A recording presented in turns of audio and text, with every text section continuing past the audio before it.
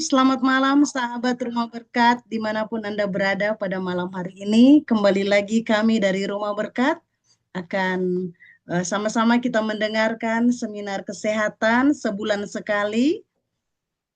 Dan pada malam hari ini kita akan mendengarkan seminar kesehatan yang akan dibawakan oleh Dr. Yusuf Sinaga. Dr. Yusuf sudah bergabung dengan kami pada malam hari ini. Terima kasih banyak Dr. Yusuf. Dan kita akan memulaikan seminar kesehatan kita dengan doa. Mari kita sama-sama berdoa. Saya berdoa menurut keyakinan saya. Dan Bapak Ibu sahabat Rumah Berkat bisa juga sama-sama berdoa. Mari kita berdoa. Bapa di surga, terima kasih untuk pimpinan-Mu kepada kami, sahabat Rumah Berkat yang sudah berkumpul pada malam hari ini. Kami akan memulaikan seminar kesehatan kami.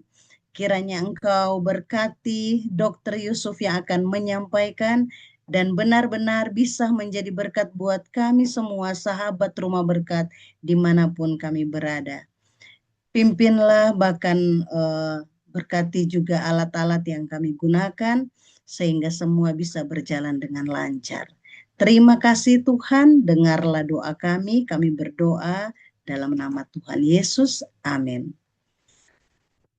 Baiklah sahabat Rumah Berkat, senang sekali kita bisa berjumpa kembali karena seminar kesehatan ini diadakan sebulan sekali. Bukan hanya itu, kami juga Rumah Berkat mengadakan cooking class setiap bulan juga. Jadi bagaimana kita memasak makanan sehat buat keluarga kita. Itu ada sebulan sekali di hari Rabu terakhir setiap bulan. Untuk seminar kesehatan kita adakan di hari Minggu, minggu ketiga. Seperti itu ya. Jadi jika sahabat Rumah Berkat rindu untuk mendapatkan link, bahkan juga mengikuti cooking class, bisa langsung menghubungi admin Rumah Berkat. Nanti saya akan share juga di chatting untuk nomor admin Rumah Berkat. Dan juga untuk mendapatkan rekaman dari seminar kita, ya, seminar kesehatan kita, bisa nanti menghubungi admin Rumah Berkat. Baiklah, sebelum kita langsung ke pembahasan, saya ingin sedikit memperkenalkan pembicara kita pada malam hari ini. Pembicara kita pada malam hari ini bernama Dr. Yusuf Bertua Sinaga, SPANTI. Kalau salah, mohon maaf, dokter ya. Pendidikan Dr. Yusuf tahun 2009, dokter umum dari FK Universitas Malahayati, Bandar Lampung. Dan tahun 2019, pendidikan dokter spesialis anestesi dan terapi intensif dari Fakultas Apa ya yang bagus? Universitas Indonesia RSCM.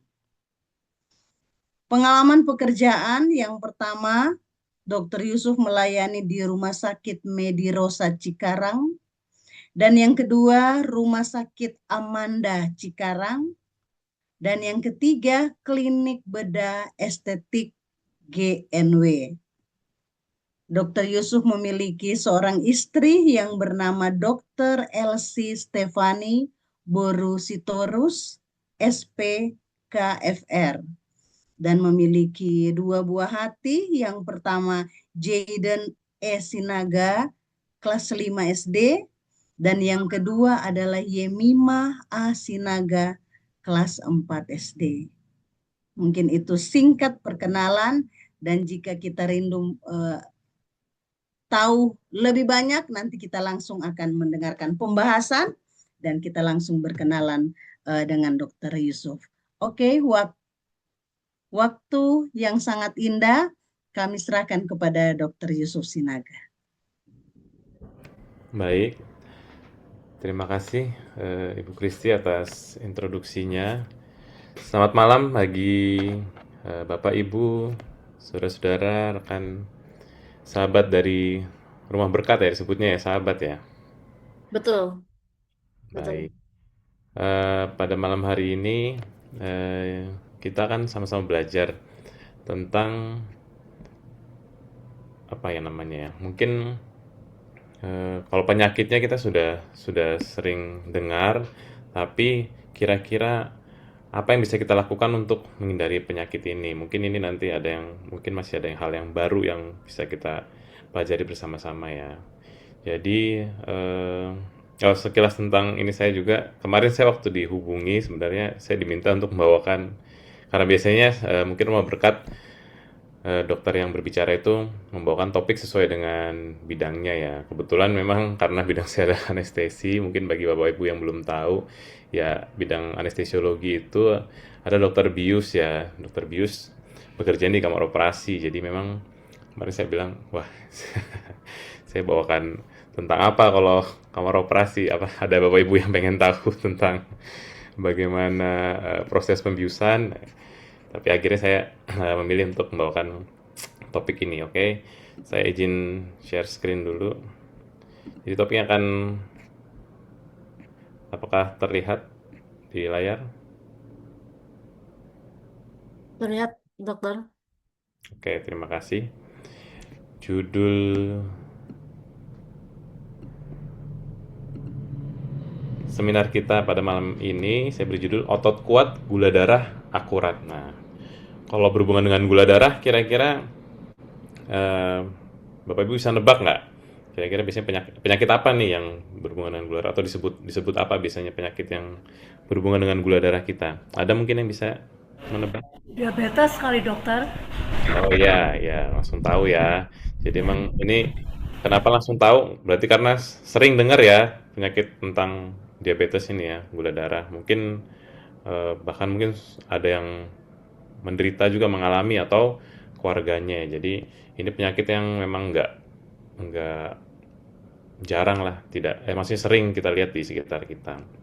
Maka kita sama-sama belajar apa sih hal baru yang bisa kita pelajari dari diabetes ini dan hubungannya apa dengan otot ya, dengan otot-otot kita. Oke. Sebagai pendahuluan,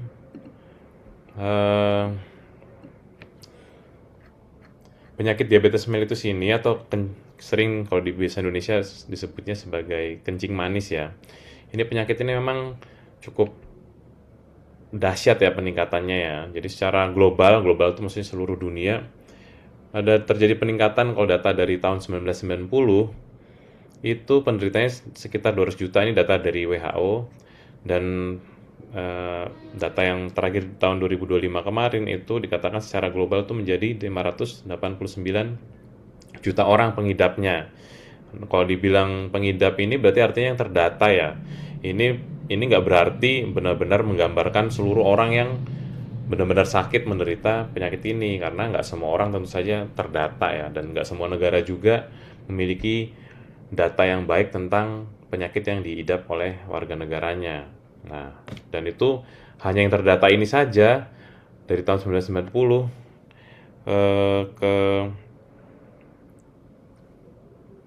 ke tahun 2025, berarti sekitar berapa tuh? Sekitar 25 tahunan ya, meningkat 194% ya.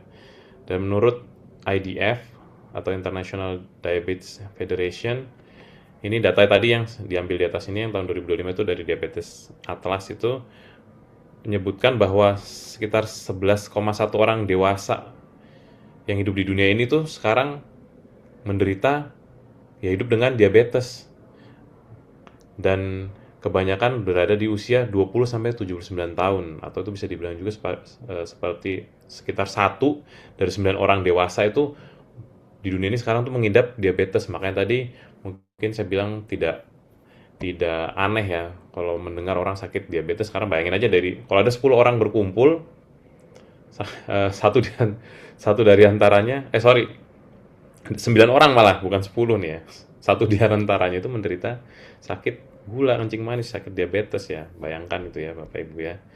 Dan lebih sedihnya lagi, 4 dari 10 orang yang menderita itu dikatakan tidak sadar kalau mereka punya sakit tersebut. Karena ya berdasarkan pengalaman saya juga, kadang-kadang pas lagi ikut bakti sosial atau mengadakan pemeriksaan-pemeriksaan klinik atau pemeriksaan pengobatan gratis gitu ya. Kita lakukan pemeriksaan gula darah pakai alat yang hanya tusuk di jari itu.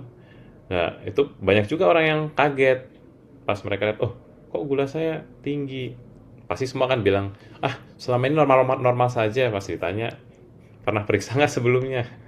Nggak juga. Jadi memang kadang-kadang kita nggak sadar ya bahwa kita sudah memiliki kondisi penyakit diabetes ini. Dan ini juga yang mengerikannya juga adalah Indonesia, negara kita ini berada di peringkat kelima di dunia dengan jumlah penderita diabetes terbesar ya. Jadi Indonesia lumayan nih peringkatnya nih, masuk 5 besar dia, dan memang prevalensi atau angka kejadian penyakit diabetes ini itu memang lebih banyak dikatakan terjadi di negara-negara berkembang lah ya, low ke middle income country begitu. Tapi memang kalau saya tadi coba lihat datanya juga, peringkat 1 sampai 4-nya itu ada yang bisa tebak mungkin peringkat 1 sampai 4 kira-kira negara mana? Indonesia kan nomor 5 nih.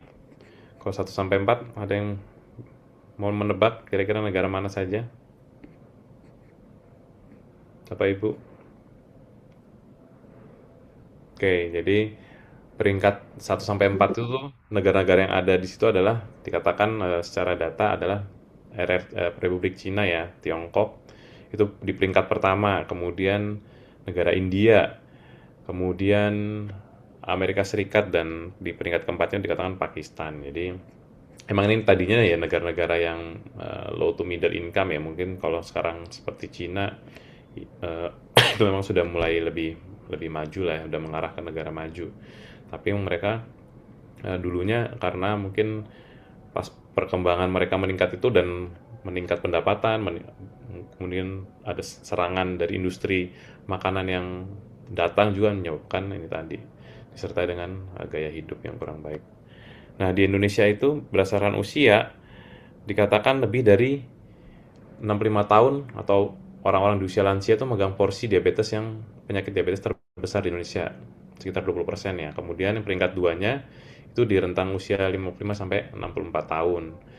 Dan sekitar di usia 45 sampai 54 tahun itu ada 6%. Dan sayangnya usia muda dari usia 20 sampai 44 tahun ini masih yang usia masih sangat produktif ya, juga ada di situ 1,5%. Ini kembali saya bilang ya, ini adalah data yang terdeteksi atau terrecord ya. Belum tentu seperti ini. Kenyataannya menurut saya mungkin akan lebih besar dari ini, karena saya sudah makin sering bertemu orang-orang yang usianya masih muda di usia 24 ini yang ya sudah punya penyakit diabetes gitu ya. Dan kita perlu tahu kenapa kita perlu aware atau perlu sadar bahayanya ini, karena ya komplikasi dari diabetes ini banyak ya. Mungkin yang paling sering kita temui itu kalau lihat di sekitar kita ya, biasanya orang yang mengalami ini ya, amputasi nih, mengalami ada yang dipotong lah nih ya, entah kaki sih paling sering tuh, entah jarinya lah, mulai dari jarinya sampai akhirnya nanti pergelangan kakinya atau sampai ke lutut dan lain sebagainya, atau ya bagian tubuh yang lain mungkin seperti tangan ya. Dan selain itu komplikasi yang lainnya juga adalah kebutaan, ya, sakit ginjal nanti ya, gagal ginjal, serangan jantung, dan stroke. Ini adalah semuanya penyakit yang beresiko terjadi bila orang tuh sudah menderita penyakit kencing manis ya. Itu bahayanya. Nah, lalu penyakit kencing manis itu atau diabetes itu sebenarnya memang ada 3 tipe lah ya kalau kita bilang. Ada diabetes mellitus tipe 1 yang tapi akan kita bahas malam itu lebih spesifik kepada tipe 2 ya. Kemudian ada satu lagi dibilang diabetes gestasional. Ini yang terjadi pada ibu-ibu yang memang yang hamil ya, enggak khusus hanya untuk yang hamil. Tapi nggak semua juga mengalami itu. Nah, kalau diabetes tipe 1 itu juga bisa dibilang mungkin gangguannya sejak dari bawaan, dari kelahiran. Itu memang sudah masalah dengan si organ pemproduksi pabriknya si insulin itu. memang sudah terganggu sehingga insulinnya dari awal kurang. Nah, yang paling sering justru yang paling banyak itu adalah yang mengalami diabetes mellitus atau kencing manis itu tipe 2 ini. Jadi secara definisi diabetes mellitus itu ya penyakit yang disebabkan oleh kegagalan sel tubuh untuk merespon kerja insulin atau mungkin sering disebut sebagai resistensi insulin, dan disertai kerusakan pankreas untuk memproduksi insulin atau berkurangnya kemampuan pankreas untuk memproduksi insulin, itulah menyebabkan diabetes ya. Jadi ini kalau kita semoga terlihat nih gambarnya. Nah, kalau diabetes tipe 2 ini seringkali itu berhubungan sama pola hidup, dan itu akan menyebabkan pola hidup yang tidak baik yang terjadi biasanya yang tadi sebutnya penyakit kronis ya. Penyakit kronis itu artinya penyakitnya prosesnya cukup lama tahapannya, jadi panjang, dia bukan penyakit yang tiba-tiba berat gitulah, bukan penyakit yang seperti mungkin kita kan ada demam berdarah ya, tiba-tiba demam kemudian sakitnya bisa aja parah, atau penyakit-penyakit infeksi lainnya kebanyakan.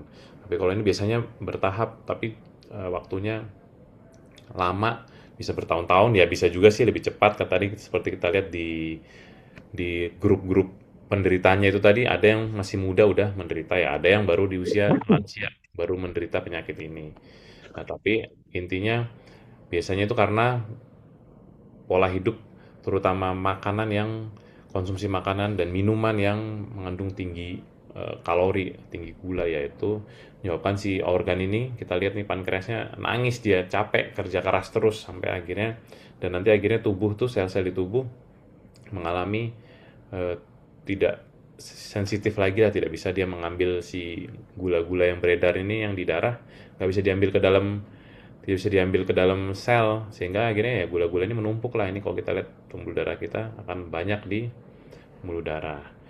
Nah, sekalian di gambar ini kita bisa lihat ya gejalanya paling gampangnya adalah orangnya akan mudah mengalami, sering ngerasa lemas lah ya, jadi lemas, udah makan tapi kok lemah gitu ya, lemes gitu rasanya kayak belum makan, gampang lelah dia. Kemudian keluhannya juga jadi sering gampang lapar, lucunya begitu. Jadi biarpun gula darahnya tinggi tapi orangnya tetap akan merasa lapar, dan berikutnya menyebabkan orang itu jadi sering kayak haus, sering merasa pengen minum terus, dan dia akhirnya juga jadi kencingnya banyak ya. Nah, seperti yang sudah saya sampaikan tadi di slide sebelumnya, ini faktor penyebabnya ada di secara garis besar dibagi menjadi 2 kategori utama ya. Yang pertama itu yang faktor yang bisa kita ubah sebenarnya, bisa kita kontrol. Nah, ini semuanya berhubungan dengan gaya hidup kita Bapak Ibu, sehari-hari bagaimana yang kita jalani. Kemudian ada faktor emang yang ya sudah, ya kalau kita bilang sudah nasib ya, tidak bisa kita ubah lagi, itu nggak bisa kita apa-apakan. Nah, kalau gaya hidup, ini misalnya seperti berat badan yang berlebih atau obesitas ya kita bilang. Kemudian sedenter itu apa namanya? Mungkin bahasa ininya kalau di zaman sekarang orang suka bilang kayak generasi yang suka rebahan gitu ya. Artinya memang jarang bergerak, dia lebih banyak ya duduk lah, ya rebahan lah. Dia sangat minim aktivitas fisiknya sehari-hari. Itulah pola hidup yang sedenter. Ini pola hidup sedenter ini bukan berarti orang nggak melulu karena orangnya malas-malesan ya, bukan berarti orangnya pasti emang mungkin karena tuh pengangguran kali, yang nggak ada kerjaan, benar-benar nggak ada kerjaan yang hidupnya begitu. Nggak juga ya Bapak Ibu ya. Tanpa kita sadar bisa saja kita orang yang bekerja pun mengalami atau menjalankan pola hidup ini, karena adanya perkembangan teknologi dan juga kegiatan yang kita lakukan sehari-hari itu lebih banyak duduknya gitu ya. Nggak selalu jadi harus tidur, tapi kita banyak duduk, mungkin kita pergi transportasi duduk, kemudian di pekerjaan kita mungkin yang di kantor juga duduk lama sepanjang hari. Begitu pulangnya pulang udah ngerasa capek ya rebahan, duduk, jadi benar-benar jarang sekali ada aktivitas. Kemudian kurang tidur juga bisa meningkatkan resiko untuk terjadinya diabetes. Kurang tidur yang sering kali kurang dari 6 jam sehari itu dikatakan kurang istirahat pada malam, itu meningkatkan resiko juga. Dan kemudian hal-hal seperti merokok ya, minum-minuman beralkohol, ini juga memiliki resiko mempercepat terjadinya gangguan gula darah di tubuh. Nah, yang tidak bisa dirubah itu ya memang seperti riwayat keluarga, seperti bila kita memiliki orang tua, saudara kandung ya, sedarah yang benar-benar keluarga inti lah begitu ya, yang memiliki penyakit ini sebelumnya, misal orang tua atau kakek nenek kita itu mengalami penyakit diabetes, ya memang kita akan udah ada lah nilai plusnya, kita ada resiko meningkat mengalami kencing manis ini. Nah, usianya di atas 45 tahun, nah, dan juga etnis tertentu termasuk kita orang Indonesia ini juga dikatakan memang punya resiko yang meningkat ya. Tapi ini secara teori sebenarnya faktor resikonya persentasenya kecil, yang jauh lebih besar menyebabkan penyakit tuh faktor yang tentang gaya hidup ini tadi ya. Jadi bila kita gaya hidup bagus, meskipun kita memiliki faktor-faktor yang tidak bisa diubah ini, ya kecil kemungkinan kita terjadi penyakit diabetes ini sebenarnya Bapak Ibu. Nah, ini supaya kita belajar sama-sama. Ini adalah organ-organ yang paling berperan dalam pengaturan gula darah di tubuh kita ya. Yang pertama adalah otot. Jadi otot ini, otot rangka pada khususnya, otot rangka itu adalah otot yang membentuk atau yang memegang tulang-tulang yang bentuk rangka tubuh kita lah ya gitu ya.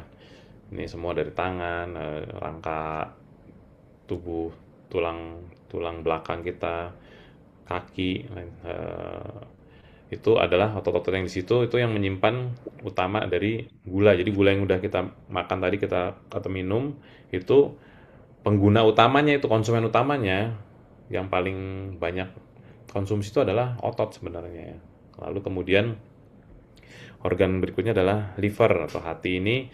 Nah, ini organ yang juga membantu untuk menyimpan gula atau merubah bentuk gula itu dari yang tadinya gula dirubah menjadi cadangan gula dalam bentuk glikogen, disimpan di lemak atau di liver itu sendiri juga ya. Dan dia juga nanti yang membantu memecah atau merubah cadangan itu tadi kembali ke bentuk gula kalau tubuh kita kekurangan gula, misalnya dalam kita sedang puasa gitu ya, atau kita tidak ada asupan gula. Nah, kemudian organ ketiga adalah ini organ pankreas ini. Kalau Bapak Ibu tahu, organ pankreas ini letaknya berada di bawahnya lambung kita ya. Ini organnya berfungsi untuk menghasilkan hormon insulin tadi. Nah, hormon insulin ini dia yang akan, ya, pankreas ini akan merespon bila otak mendeteksi adanya gula darah sudah meningkat di dalam darah. Dia akan memerintahkan pankreas ini untuk menghasilkan insulin supaya si gula-gula itu bisa dibawa ke sel atau digunakan ya, atau disimpan ya. Nah, beginilah kurang lebih gambaran pengaturan gula darah orang saat makan. Ini gambarnya orang makan makanan fast food ya, junk food sebenarnya. Nah, tapi makan apapun itu akan meningkatkan kadar glukosa atau kadar gula dalam darah kita, meningkat ya, naik setelah ada yang meningkatnya bisa cepat, ada yang mungkin peranan beberapa jam, meningkatnya bertahap gitu, tergantung apa yang dimakan memang. Nah, nanti itu tadi otak akan memberikan sinyal ke pankreas, organ pankreas tadi, untuk memproduksi insulin. Dia keluarkan insulin ini ke darah. Nah, nanti si hormon insulin ini akan membawa si gula ini menuju ke tempat tujuannya, di otot lah, di liver atau jaringan lemak untuk kalau misalnya mau disimpan. Nah, nanti setelah diantarkan, ya gula-gula yang di aliran darah itu akan kembali normal ya, akan menurun kembali. Begitulah prosesnya. Nah, ya ini gambarannya kurang lebih begini ya. Ini tadi di awal kan ada gambar pembuluh darah begini ya. Ada gula, nanti hormon nanti masuk ke dalam sini, dia akan membawa ke sel-sel tubuh beginilah untuk digunakan. Nah, kalau lagi puasa, nih kita lihat mukanya lemes ya, lagi lapar. Nah, kalau lagi puasa itu kan normalnya pada orang normal berpuasa ya, itu gula darah tentu saja kan turun karena nggak ada yang masuk dimakan atau diminum ya. Nah, ketika gula darah menurun, ya otak juga kan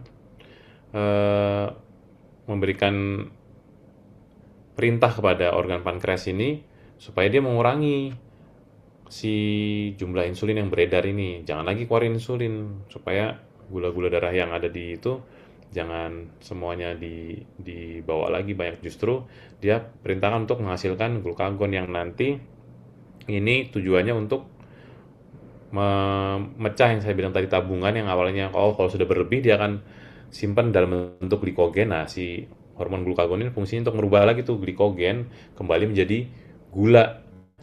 Dia pecah supaya gula tuh nambah lagi jumlahnya di dalam aliran darah kita. Nah, sehingga nanti kadar glukosa, kadar gula itu bisa kembali normal dan bisa ada bahan bakar yang bisa dipakai oleh sel tubuh kita. Nah, bagaimana dengan orang yang sudah mengalami penyakit diabetes?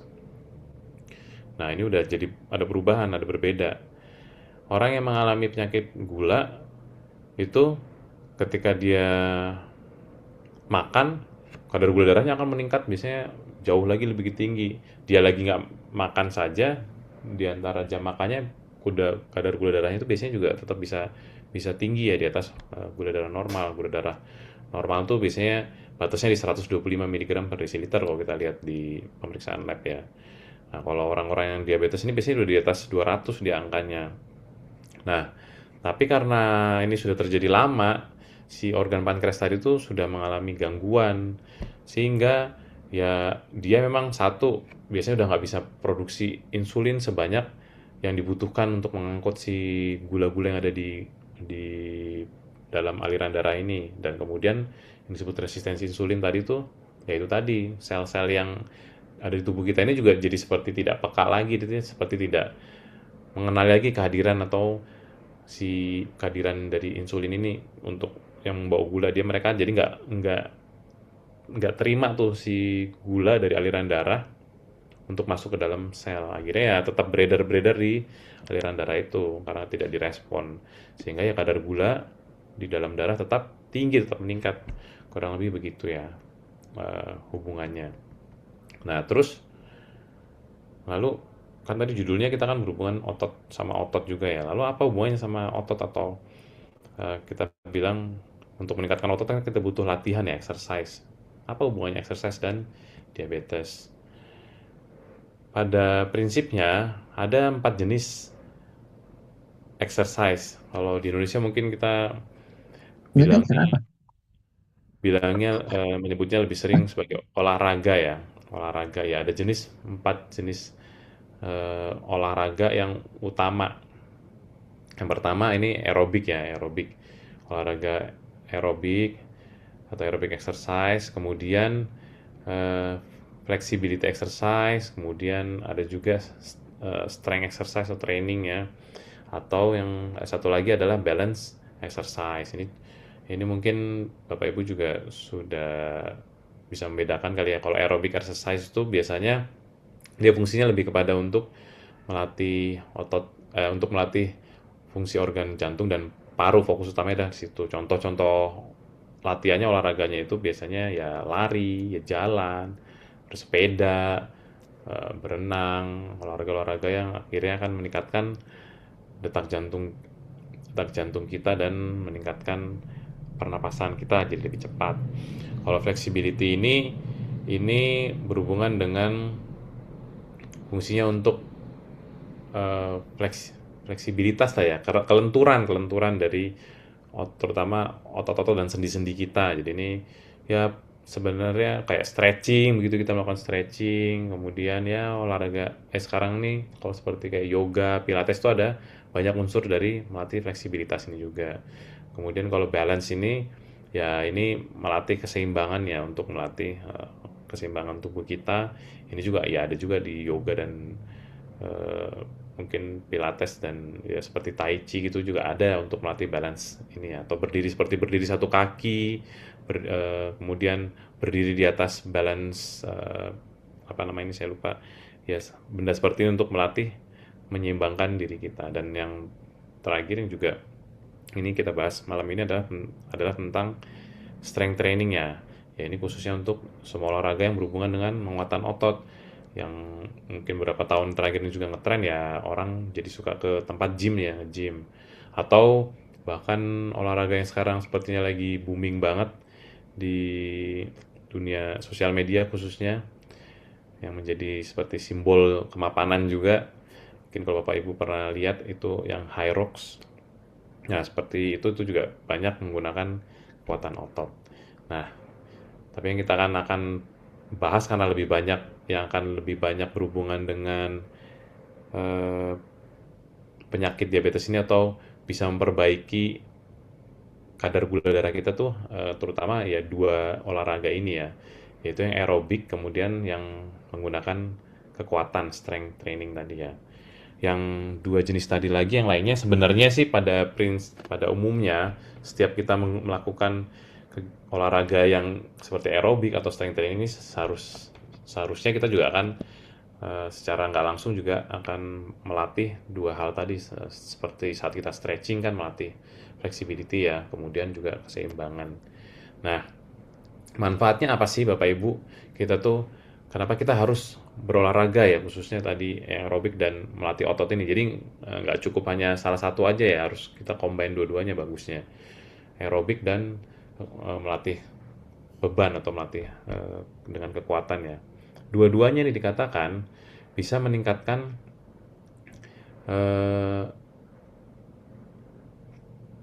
translokasi atau apa namanya, mengaktifkan protein GLUT4 sebutnya ya. Nah, protein GLUT4 ini apa sih? Nah, ini yang mungkin bisa jadi hal baru didengar oleh Bapak Ibu ya. Jadi selain insulin yang membawa si gula tadi transport ke dalam sel, ternyata ada protein protein GLUT ini tuh disebut sebagai glucose transport ya. Jadi dia kayak satu kelompok protein di dalam tubuh ya, yang ada nomor 1 sampai 10 kalau saya tidak salah. Tapi karena paling banyak di otot rangka itu adalah GLUT nomor 4 ini, GLUT 4 ini, dan ini paling berhubungan dengan gula darah secara general. Jadi ternyata si protein ini juga kalau jumlahnya meningkat di dalam tubuh, dia ini akan membantu si gula-gula darah yang beredar di dalam aliran darah tadi untuk masuk ke dalam sel. Meskipun tadi kan kita sudah bahas dengar beberapa kali ya, meskipun si organ pankreasnya sudah mengalami gangguan untuk memproduksi jumlah insulin yang cukup, atau si sel-sel dalam tubuh itu sudah mulai nggak kenal ya tadi resisten itu kepada si insulin ini, jadi mereka nggak terlalu peka dengan kedatangan insulin ini ya. Tapi si protein ini kalau jumlahnya di tingkat ke dalam tubuh, GLUT nomor 4 ini, GLUT 4 ini itu bisa membantu mengkonsumsi si gula darah ini tadi ya. Ya, jadi olahraga aerobik dan yang menggunakan strength training ini dua-duanya dibilang bisa meningkatkan protein GLUT4 ini. Ini seperti saya bilang tadi ya, ini banyak terdapat di otot rangka ya, otot jantung juga otot lemak ya. Jadi gampangnya mungkin supaya kita lebih mudah menggambarkan itu, membayangkannya. Jadi kalau GLUT4 itu semacam pintu lah ya untuk si gula ini. Kalau kita mungkin ada sel tubuh ya, GLUT4 itu dia berada di dalam rumah nih. Nah, dia itu menjadi pintu, dia akan bukakan pintu supaya si insulin ini dia ngetok-ngetok, dia buka kuncinya, dia jadi kunci, dia buka pintu, nah supaya dia bisa masuk. Nah, dikatakan olahraga nih bisa meningkatkan jumlah GLUT4 yang di mana ini yang menariknya ini Bapak Ibu ya. Menariknya adalah si GLUT4 ini ternyata juga bisa bekerja sendiri tanpa harus ada kunci seperti yang tadi saya bilang, insulin untuk hadir baru dia aktif. Ternyata tanpa insulin yang cukup pun yang beredar, si GLUT4 ini pun bisa dia membukakan pintu untuk glukosa untuk masuk ya. Itu tapi dengan catatan ya, dia jumlahnya harus meningkat, harus banyak ya, yang bisa ditingkatkan dengan olahraga ini tadi, khususnya strength training dan aerobic exercise ya. Ya, ini sama ya fungsinya ya. Jadi sama-sama bisa menyerap glukosa tadi tanpa hadirnya si insulin yang saya bilang tadi. Kemudian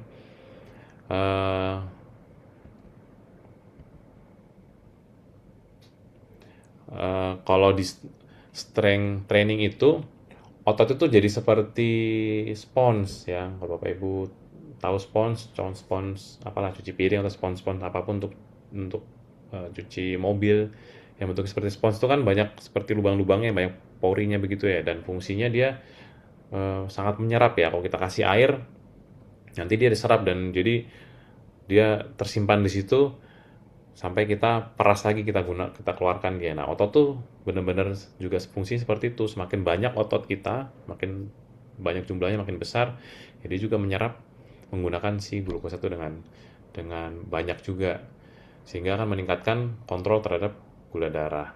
Dan kalau aerobic exercise ini juga punya fungsi untuk yang tadinya si kita terhadap insulin tuh mungkin sel tuh udah mulai nggak kenal atau mulai nggak sensitif tadi. Nah, dengan berolahraga aerobik ini dikatakan bisa meningkatkan, meskipun dalam jangka pendek ya, tapi meningkatkan sensitivitas kita terhadap fungsi insulin tadi, hormon insulin tadi juga. Ya, dikatakan bisa sampai 48 jam setelah latihan itu sel-sel otot kita menjadi lebih sensitif terhadap insulin. Kalau lebih sensitif artinya apa? Berarti akan gula-gula yang ada di aliran darah itu ya akan bisa ditransfer masuk ke dalam otot untuk digunakan. Seperti itu ya. Dan ini tadi, nah ini gambaran otot. Kalau orang di train itu dikatakan kalau dia meningkat massa ototnya ini ya, yang make juga jadi karena membesar, bertambah juga massa otot ini ya mengkonsumsi akan lebih banyak. Nah, dan pada orang yang berarti otot itu juga dikatakan akan ada terjadi semacam robekan-robekan kecil lah ya. Kalau kita latihannya terkontrol begitu ya nggak sampai cedera, jangan sampai cedera parah, tapi ya biar artinya dengan latihan-latihan intensitas ringan sampai sedang yang menyebabkan otot kita tuh udah cukup bekerja, itu akan menyebabkan adanya ya robekan-robekan kecil, sebenarnya ada cedera pada otot di jaringan otot. Dan ini juga untuk reparasinya, untuk perbaikannya tubuh akan membutuhkan glukosa, sehingga ya bagus juga kan. Jadi glukosa itu terutama pada pasien yang orang yang sudah mengalami diabetes ya, gula-gula darah tadi yang banyak di aliran darah akhirnya akan ada yang make itu, ada yang menggunakan, yaitu otot ya. Nah, terus inilah cara si aerobic exercise meningkatkan dia beriringan lah, bisa kita bilang ya, beriringan dengan meningkatnya GLUT4 ini tadi, protein GLUT4. Dia dengan meningkatkan mitokondria. Mitokondria ini kalau masih ingat mungkin di pelajaran biologi dulu waktu sekolah, dia itu fungsinya seperti semacam pabrik energi lah di dalam sel ya. Dalam sel tubuh kita itu kan ada organ ya, otot, organ apapun lah, di dalamnya kan terdiri dari sel-sel ya. Di dalam sel itu ada namanya mitokondria, ini salah satunya. Dia fungsinya seperti semacam pabrik untuk menghasilkan energi. Jadi dia mengambil gula yang sudah masuk ke dalam sel itu, dia pakai untuk bersama oksigen dia menghasilkan yang kita sebut ATP atau energi untuk digunakan oleh sel itu tadi. Nah, semakin banyak jumlah si mitokondria ini, akhirnya berarti akan ada banyak pabrik yang bisa mengolah bahan baku ini ya, si gula ini, untuk dijadikan energi untuk dipakai oleh tubuh, khususnya otot. Nah, sedangkan si GLUT4 tadi, protein GLUT4 tadi, ya itu kan dia yang mengantarkan transporternya ya, dia yang mengirim bahan baku ini supaya bisa masuk ke dalam sel tadi kan, supaya bisa dipakai oleh si pabrik ini, mitokondria. Artinya ya kalau ini pabriknya banyak jumlahnya, dia harus diiringi dengan banyaknya supply kan, supaya bisa digunakan. Ya kurang lebih begitulah fungsinya. Aerobic exercise juga bisa meningkatkan kapasitas mitokondria atau si pabrik energi tadi. Dan kalau di strength training dia secara spesifik juga meningkatkan laju metabolisme dasar atau basal tubuh kita. Ini kalau Bapak Ibu mungkin belum familiar, di bahasa Inggrisnya ya disebutnya BMR, basal metabolic rate gitu ya. Ini adalah, gampangnya adalah energi yang dibutuhkan oleh orang untuk ya hidup dalam sehari-harinya lah. Bahkan ketika dia mungkin nggak banyak aktivitas, misalnya kayak saya bilang tadi, mungkin kalau lagi hari libur gitu, orangnya lebih banyak diem aja di rumah, mungkin duduk-duduk, kerjanya lebih banyak duduk, nonton, membaca, dan lain sebagainya, itu tetap membutuhkan energi. Biarpun kita nggak lagi mungkin ngangkat beban atau lagi lari, tubuh kita tetap akan menggunakan energi. Nah, berapa banyak energi atau kalori yang dibutuhkan untuk aktivitas kita sehari-hari itu disebut metabolisme basal ya. Dan bila itu jumlahnya rendah, misalnya kalau Bapak Ibu sering dengar kebutuhan kalori seharinya tuh atau metabolisme basal seharinya tuh hanya butuh 1.500 kilokalori.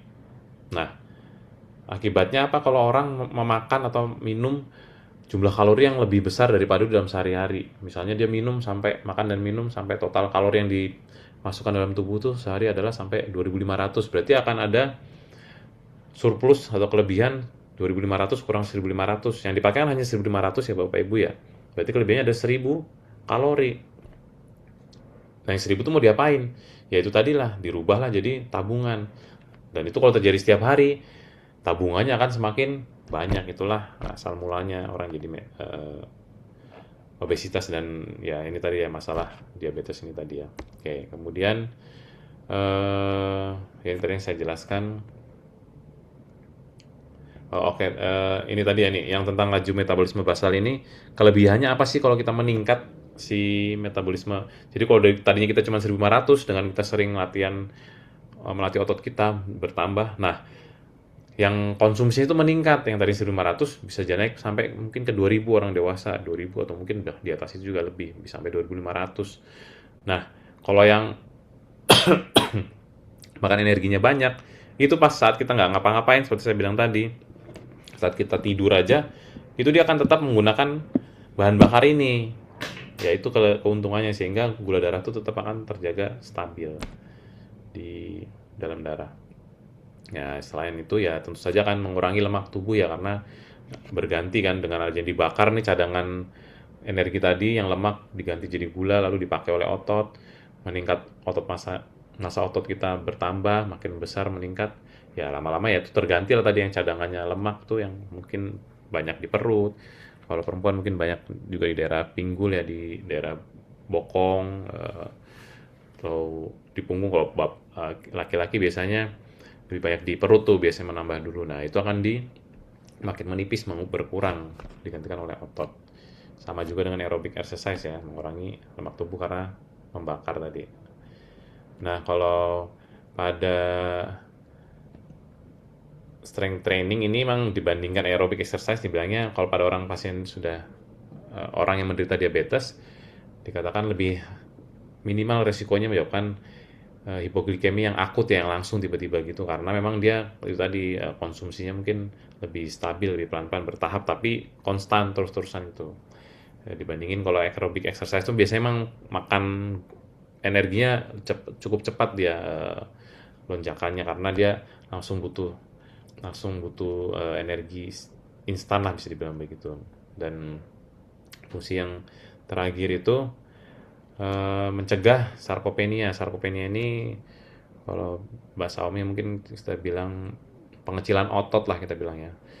Jadi kalau pasien-pasien diabetes ini, pasien sudah mengalami diabetes, orang-orang yang mengalami diabetes itu memang berisiko lebih tinggi untuk mengalami pengecilan otot ini, karena biasanya udah jadi lingkaran setan tuh. Orang yang sudah diabetes itu biasanya kan cenderung obesitas, kegemukan. Orang yang obesitas cenderung juga makin malas bergerak. Makin malas bergerak ya akhirnya ya itu tadi, otot-otot nggak dipakai, nanti di usia lanjut otot-ototnya kan ya mengecil, nggak ada tenaganya lagi, kayak gitu ya kurang lebih. Nah untuk secara general aja, bagaimana sih kita mau melatih olahraga aerobik itu, berapa lama yang dibutuhkan untuk kita harus latih dalam seminggu. Kalau yang aerobik itu direkomendasikannya itu adalah sekitar 150 menit dalam satu minggu ya. Nah ini 150 menitnya itu bisa kita bagi ke, ya kalau kita olahraga 5 hari dalam seminggu atau mungkin 3-5 hari, ya itulah kita bagi. Misalnya kalau kita 5 hari artinya berarti dalam satu hari olahraga yang berbau aerobik ini seperti lari tadi atau jalan ya harus sekitar 30 menit minimal, 30 menit sehari. 30 menit, 30 menit sehingga nanti totalnya kan 150 menit, atau ya mungkin kalau sempatnya hanya bisa 3 kali ya jadi mungkin sekitar 3 kalau 3 kali ya jadi 50 menit lah, kurang lebih waktu untuk melakukan aerobiknya. Dan ini ya intensitasnya cukup ringan ke sedang aja, artinya dengan tetap membatasi, harus tahu juga batasan heart rate atau nadi kita maksimalnya ke berapa yang masih aman untuk usia kita ya. Dan kalau untuk latihan untuk beban ini yang untuk penguatan otot itu ya dikatakan setiap latihannya itu tiap satu gerakan ya kan, gerakan untuk melatih otot tuh karena otot kita ada banyak ya, untuk melatih otot misalnya ini yang di lengan bagian belakangnya sini dengan otot sini, otot dada, otot bahu, punggung, paha lah lain sebagainya, itu semua kan gerakannya berbeda-beda. Nah, itu disarankannya ya cukup 2 sampai 3 kali pengulangan atau set ya. Nah, dalam satu kali set itu kita cukup melakukan gerakannya sekitar 8 sampai 12 kali. Ya, maksudnya begini. Jadi set pertama itu ya kita lakukan, misalnya kita mau melatih otot ini, kita gerakan 1, 2, 3, 4 sampai 8 atau 12, lalu kita berikan istirahat sekitar 1,5 menit atau 2 menit. Jangan terlalu panjang juga istirahatnya. Kemudian kita ulangi lagi set kedua ya 8, 2, 3, 8 sampai 5 kemudian yang Zul sampai 3 itu kali set ya begitu. Jadi begitulah cara kita kurang lebih untuk meningkatkan kapasitas tadi, terutama protein GLUT4 tadi ya, yang menarik tadi GLUT4 supaya meningkat. Jadi meskipun ya semoga sih Bapak Ibu di sini yang ikut ini tidak ada yang menderita sakit diabetes ya, kencing manis, tapi kalaupun ada ya ini tadi bisa jadi jawaban atau jalan keluar juga untuk membantu menetralkan atau meregulasi gula darah di tubuh kita. Oke, kira-kira kurang lebih itu yang bisa saya sampaikan pada malam hari ini, kiranya bisa bermanfaat bagi kita semua. Terima kasih Tuhan. Selamat malam. Amin. Terima kasih Dokter Yusuf. Tuhan berkati. Malam. Terima kasih. Terima kasih Dokter Yusuf. Oke. Terima kasih buat Dokter Yusuf sudah membawakan pembahasan yang luar biasa. Pembahasan yang lagi ngetren ya, maksudnya penyakitnya yang lagi ngetren pada saat ini, karena banyak sekali yang menderita penyakit diabetes. Sebelum kita akan tanya jawab bersama, kita akan diskusi, kita akan ambil gambar dulu. Semuanya boleh open cam dan kita akan ambil gambar untuk kenangan seminar pada malam hari ini. Oke, boleh open cam.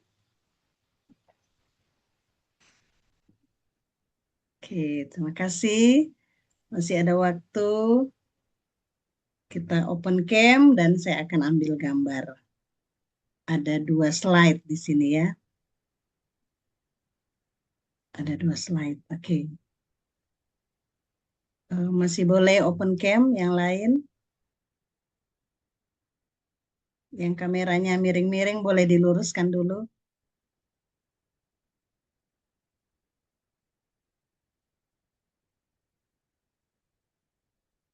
Oke, kita ambil gambar.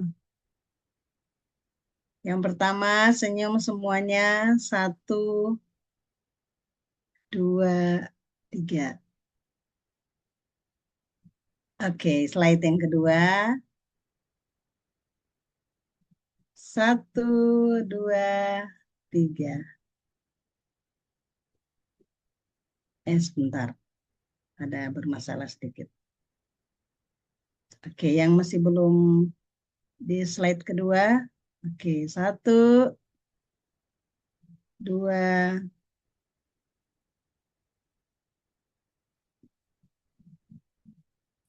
Oke, terima kasih semuanya.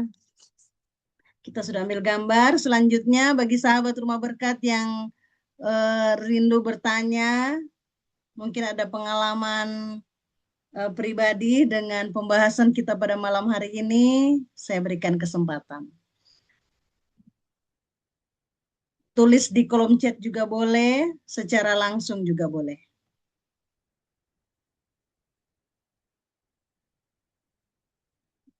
Oke.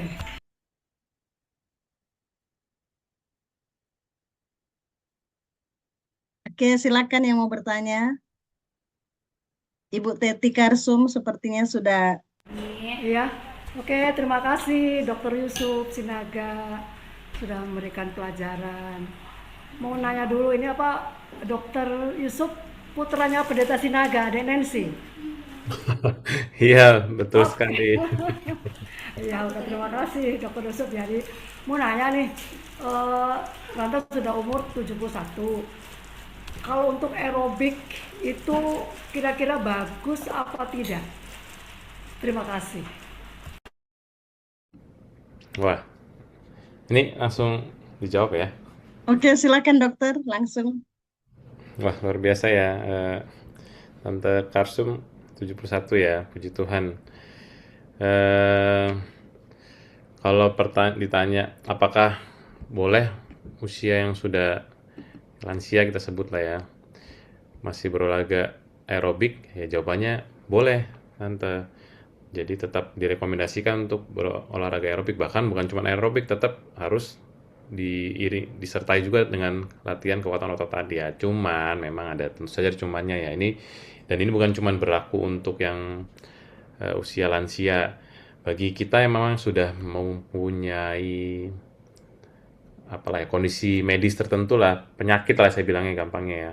Terutama misalnya kayak penyakit jantung, paru, ya memang ini butuh butuh penanganan lebih khusus lah ya, atau lebih spesifik. Memang lebih aman kalau berkonsultasi dulu kepada dokter, terutama misalnya seperti dokter rehabilitasi medik lah dalam hal ini ya, untuk memberikan resep atau latihan seperti apa yang cocok buat kita. Tapi kalau secara general ditanya apakah bagus atau masih boleh pada lansia, ya tentu saja masih boleh Tante. Cuman itu tadi harus tetap menjaga kita harus tahu batasan nadi kita yang masih aman. Ini kalau lansia tanpa ada penyakit penyerta lah ya. Ya kita tetap harus tahu juga batasan maksimal yang nadi kita yang boleh masih di dalam batas aman untuk melakukan aktivitas aerobik ini tadi kayak gitu. Tapi kalau ditanya intinya, kalau saya masih boleh nggak sih jalan, lari pun masih boleh selama itu tadi, selama tubuhnya masih mendukung ya, jadi nggak masalah. Dan kembali saya mungkin ini supaya nggak apa ya, saya lihat ini karena memang tren di zaman kita ini ada pergeseran yang menyebabkan kita hidup, saya sempat tadi bahas, jadi hidupnya sedentar itu, jadi jarang bergerak. Itu sebenarnya memang karena perkembangan teknologi juga yang membuat kita dimanjakan sehingga kita akan jadi jarang bergerak. Ya karena saya ingat sekali dari waktu zaman masih kecil ya, dulu orang bisa dibilang masih banyak melakukan aktivitas fisik di rumah dengan melakukan pekerjaan-pekerjaan rumah saja sehari-hari, itu seperti menyapu, mengepel sendiri, mungkin mengelap-ngelap kaca, membersihkan lap-lap debu dan sebagainya. Mencuci saja kan dulu kita masih di sini saya perhatikan seperti mungkin yang hadir pesertanya udah usia lumayan ya, orang-orang tua rata-rata, seperti tidak ada mungkin tidak ada remaja atau anak-anak ya. Artinya generasinya mengenal lah ya, orang tuh mencuci dulu pakai tangan gitu ya. Dulu kan belum semua, masih jarang sekali orang punya mesin cuci. Sekarang itu mesin cuci seperti hal yang nggak barang mewah lagi saya bilang gitu ya. Jadi hampir semua orang menggunakan mesin cuci. Padahal dulu kita mencuci itu untuk membersihkannya aja, ngucek, menyikat aja akan membutuhkan gerakan otot, membutuhkan di situ akan bergerak, meningkatkan heart rate kita, napas kita. Orang bisa ngos-ngosan dengan mengepel, membersihkan rumah gitu ya. Mencuci menggerakkan otot, kita membilasnya pun menggerakkan otot, ada otot punggung, otot lain sebagainya. Nah, jadi saya maksud dengan exercise ini sebenarnya bukan hanya sekedar olahraga yang ada saya contohkan tadi, orang nggak harus jogging, ngikutin tren-tren sekarang, bukan melulu harus begitu. Jadi kalau kita bisa, bukan berarti nggak boleh begitu ya, tapi ini artinya paling minim saya bilang, kalau kaum mendang-mending itu minimal kalau nggak olahraga bisa jogging keluar, lari keluar, ya minimal di rumahnya beraktivitas fisik, mengerjakan sesuatu gitu ya. Tapi kalau misalnya, enggak lah, di aktivitas fisik di rumah nggak bisa ini kalau orang muda mungkin nggak bisa diposting atau nggak ngikutin tren, ya boleh juga. Ya silahkan olahraga lari dan lain sebagainya. Jadi tadi intinya aerobik masih boleh, melatih kekuatan otot pun masih boleh, justru sangat masih direkomendasikan meskipun di usia lansia. Tapi tentu saja dengan kehati-hatian juga, harus mengenal juga lah limit atau batasan kemampuan kita. Kurang lebih begitu, Tante Karsen. Semoga menjawab. Ya, terima kasih. Soalnya gini, dokter, eh, saya kan tiap hari lah senam ya. Terus teman saya itu sudah tua, jangan senam-senam terus, harus nge-gym, kata sudah 70 kan kok masih senam-senam, itu kardio nggak bagus. Makanya saya untung ketemu dengan dokter Sinaga ini. Jadi saya bagaimana ini, saya jadi bingung, apakah stop saya senamnya atau harus ikut nge-gym itu yang mahal-mahal itu. Oke, ya. Jadi yang disampaikan oleh teman tante nggak sepenuhnya salah, tapi ya itu tadi memang kurang tepat juga ya. Karena kita sudah belajar malam ini bahwa sebenarnya kita butuhkan kombinasi dari dua jenis exercise ini ya. Kita bukan berarti harus bukan exercise yang menggunakan beban atau strength training itu lebih superior atau lebih bagus daripada aerobik. Enggak, kita butuh dua-duanya karena itu dua-duanya punya target yang berbeda atau fungsi yang berbeda. Jadi tetap silakan Tante melakukan senam aerobik ya, tapi benar juga yang disampaikan oleh temannya bahwa kita perlu melatih otot kita, jangan menyepelekan karena otot-otot kita itu semakin nggak dipakai dia semakin lemah, semakin kecil dia semakin nggak. Jadi tetap perlu kembali bebannya disesuaikan dengan, ya nggak usah juga langsung tiba-tiba pengen ini bebannya nggak langsung berat sekali, nggak begitu. Bisa bertahap dari beban yang sangat ringan. Bahkan hanya menggunakan beban tubuh kita sendiri itu sudah bagus juga. Terutama untuk lansia tuh, saya rasa kalau masih bisa latihan beban menggunakan berat tubuhnya sendiri aja tuh udah oke banget lah menurut saya. Nanti bertahap kalau udah makin kuat mungkin bisa lah ditambahin beban seperti barbel dan lain sebagainya. Jadi ya itu bisa kita lakukan di rumah dengan gerakan-gerakan yang sederhana ya. Nggak harus ke gym ya, tapi kalau punya resource-nya, punya sumber dana yang memadai untuk itu, punya waktu juga yang cukup untuk itu, ya boleh-boleh juga, nggak salah. Karena memang kelebihan dari gym itu adalah alat-alatnya lebih memadai ya, lebih mudah untuk kita mau latih otot ini, pakainya alat ini. Jadi sudah dipersiapkan, lebih gampang kita untuk menggunakannya gitu, Tante. Terima kasih dokter, Tuhan berkati. Berkati, Tante. Oke, terima kasih dokter, dan juga terima kasih Ibu Teti. Saya baca pertanyaan selanjutnya ya, dokter. Apakah sakit ini bisa sembuh? Silakan, dokter. Langsung jawab ya. Apakah bisa sembuh? Mungkin saya bisanya bilangnya adalah depends ya. Tergantung damage yang sudah terjadi, tergantung kerusakannya. Kalau masih awal-awal, mungkin orang yang baru pre-diabetes atau masih baru-baru mengidap diabetes kencing manis, belum ya kebetulan dia aware gitu, periksa, tahu kok saya udah ada ini ya, gula darah saya kok udah tinggi. Nah, itu masih dengan merubah pola hidupnya dan juga melakukan olahraga ini tadi, besar kemungkinannya untuk bisa jadi normal lagi, karena si pankreas itu bisa jadi ya sehat lagi, bisa memproduksi insulin dengan cukup, dan itu tadi si konsumennya meningkat sehingga gula darah tuh akhirnya ya banyak yang pakai, dia nggak akan tinggi lagi dalam gula darah. Kan diabetes tuh karena gula darah tuh tinggi terus di dalam, gula itu tinggi di dalam pembuluh darah kita terus gitu ya. Nah, kalau ditanya bisa sembuh ya tentu saja bisa, tapi emang kalau sudah cukup panjang nih, sudah bertahun-tahun dibiarkan, biasanya sudah ada komplikasi tadi yang lain, udah ada mulai gangguan ke ginjal lah, ke matanya mungkin jadi gangguan penglihatan, retinopati, diabetes gitu ya. Dan ya udah ada gangguan jantung, ya organ-organ yang terlanjur rusak ini.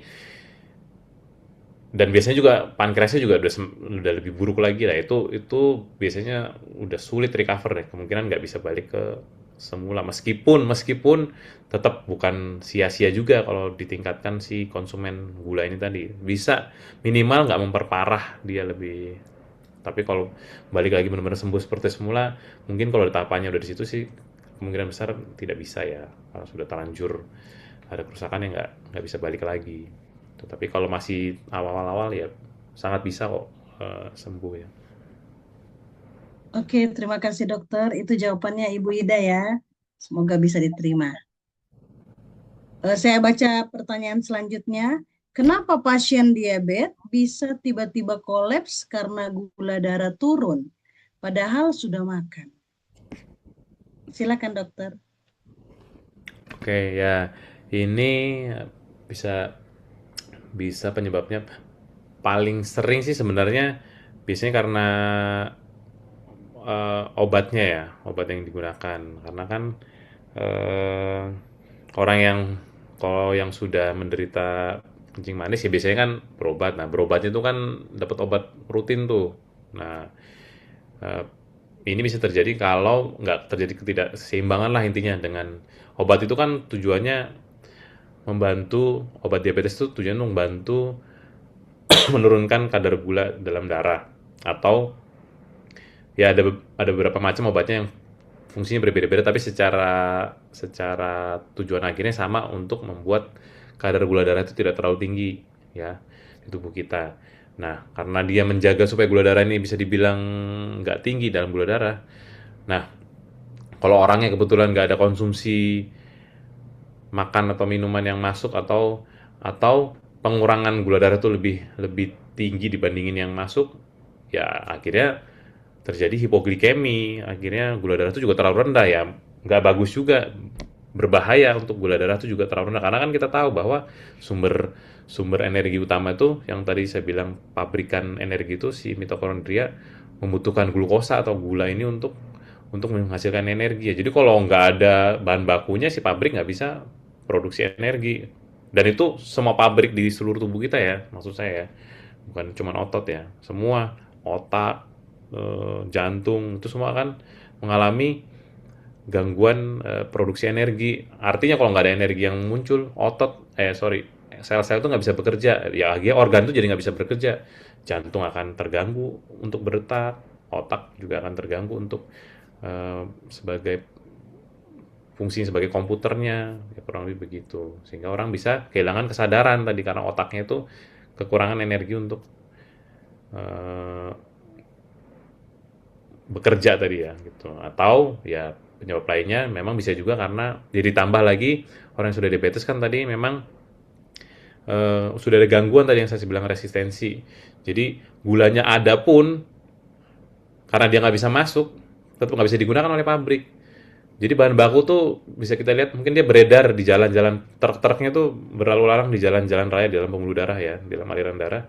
Tapi nggak ada yang masuk ke dalam parkiran atau kompleks pabrik itu. Jadi nggak ada yang bisa dipakai sama pabrik. Ujung-ujungnya ya sama, ya kekurangan energi otak akhirnya bisa menyebabkan penurunan kesadaran atau pingsan itu tadi ya. Karena si otak nggak dapat energi lah sel-selnya. Kurang lebih begitulah. Oke, terima kasih dokter. Ibu Areta sudah bisa menjawab ya pertanyaan. Iya, terima kasih ya. Oke, terima kasih. Saya baca pertanyaan selanjutnya. Bagi penderita diabetes, mana yang lebih baik? Menggunakan suntikan insulin atau dengan obat-obatan diabetes seperti metformin? Silakan dokter. Kalau ditanyanya mana yang lebih baik sih, sebenarnya jawabannya singkatnya ya nggak ada yang lebih baik ya. Tadi bapak atau ibu yang tanya? Bapak ya. Bapak. Kalau ditanya mana yang lebih baik, jawabannya nggak ada yang lebih baik. Itu bukan bukan perbandingan mana obat yang lebih superior, ini bukan kayak kalau mana yang lebih baik saya beli gitu ya, seolah-olah nanti jadi begitu. Oh, kata dokter insulin lebih bagus. Enggak, jadi memang nggak ada yang lebih baik pak.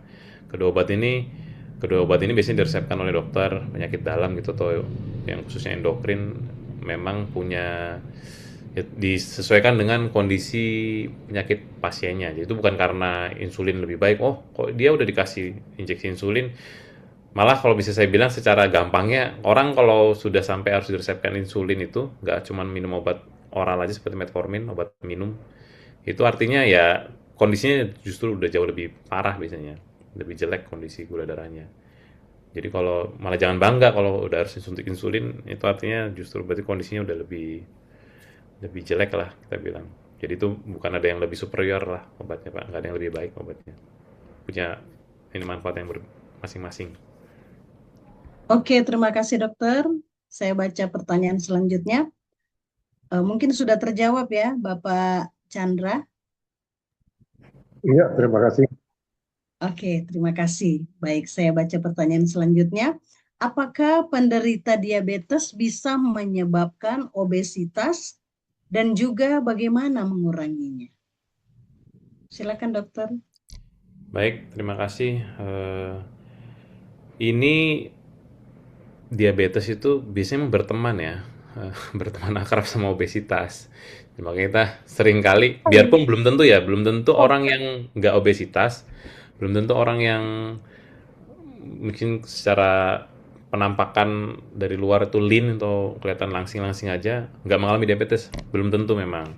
Tapi memang seringkali mereka ini berjalan beriringan karena eh, seperti yang kalau tadi masih ingat di slide yang awal-awal itu, fungsinya organ-organ yang mengatur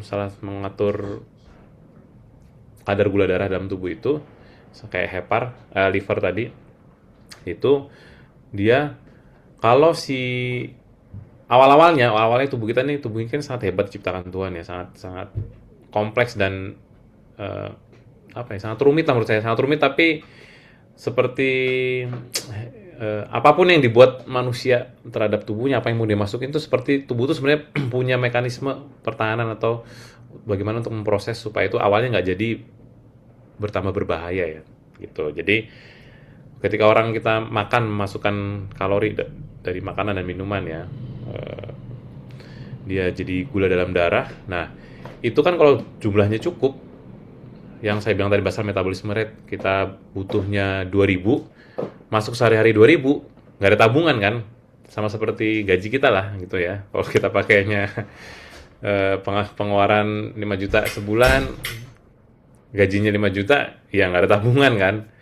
Dalam hal keuangan sih mungkin jadi kurang baik ya. Nah, tapi kalau kalau kita kita pengeluarannya itu adalah cuman 3 juta, terus kita masukin untuk penghasilan tetap 5 juta, berarti akan ada selisih 2 juta setiap hari kita makan kan.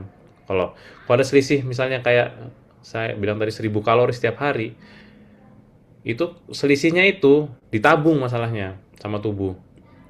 Tujuannya sebenarnya baik karena untuk ya siapa tahu ada masa-masa orang jadi belum sempat makan, belum bisa makan atau harus berpuasa atau lain sebagainya. Tujuannya supaya tubuh tuh punya cadangan energi.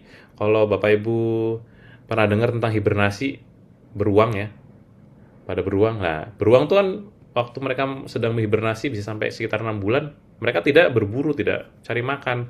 Dari mana mereka mendapatkan energi untuk tetap hidup? Ya itu tadi dari pemecahan cadangan energi itu dalam bentuk lemak itu tadi ya, yang disimpan oleh tubuhnya. Ya, manusia juga begitu. Jadi yang berlebihan tadi disimpan biasanya jadi sel-sel lemak itulah. Semakin banyak tabungannya, ya akan semakin bertambah tuh deposit kita lemak. Mulai perut lah, pinggang lah, di daerah bokong lah, gitu-gitulah. Di muka lah, di pipi dan lain sebagainya kayak gitu, di lengan ya, pokoknya semua tempat yang bisa ditaruh ada ininya nanti kan dia bertahap akan ditabung di situ. Jadi memang biasanya kan selalu beriringan tuh yang sakit gula dengan obesitas. Kalau mau dibilang bisa menyebabkan obesitas ya, jadi hubungannya bisa dibilang ya direct ya, langsung sebenarnya, karena kalau tabungannya berlebih, dia kan ditabung menjadi lemak lah. Ya lama-lama akan menjadi bertambah berat badan terus, jadi obesitas sudah. Jadi begitulah kurang lebih ya. Oke, Hubungannya. terima kasih Ibu Simbolon. Bisa Bagaimana dapat menguranginya ya? Ya menguranginya ya sama seperti olahraga. seperti tabungan tadi. Kalau tabungan banyak supaya ibu tabungan di uang di tabungannya berkurang, caranya gimana? Harus Pakai. diapain? Dipakai kan? Ya kan? Ya itu seperti itu juga tabungan kita, obesitas ini lemak ya harus kita gunakan.